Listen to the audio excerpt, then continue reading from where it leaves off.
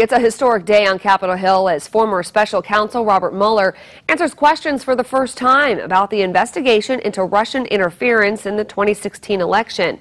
Democrats are questioning Mueller about the decision not to charge President Trump with obstruction of justice. Republicans are coming to the president's defense. Nicole Killian is on Capitol Hill now with the latest.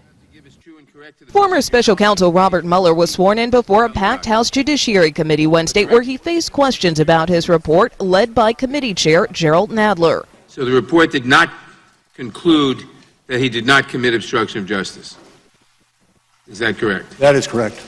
And what about total exoneration? Did you actually totally exonerate the president? No. In his 448-page report, Mueller outlined 10 potential acts of obstruction of justice by President Trump, but declined to state whether the president broke the law.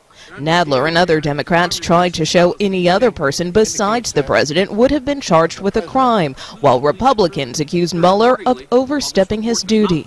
It was not the special counsel's job to conclusively determine Donald Trump's innocence or to exonerate him, because the bedrock principle of our justice system is a presumption of innocence. Republicans also questioned whether the investigation was politically motivated. You can charge all kinds of people who are around the president with false statements, but the guy who launches the guy who puts this whole story in motion, you can't charge him.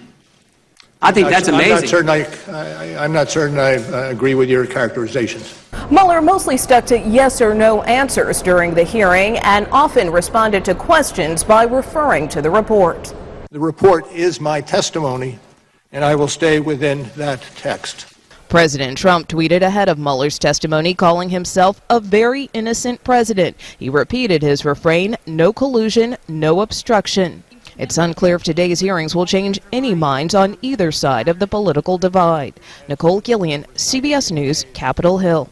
After the Judiciary Committee hearing, Mueller will appear this afternoon before the House Intelligence Committee, and coverage will continue throughout the afternoon. You can watch live streams on WANE.com.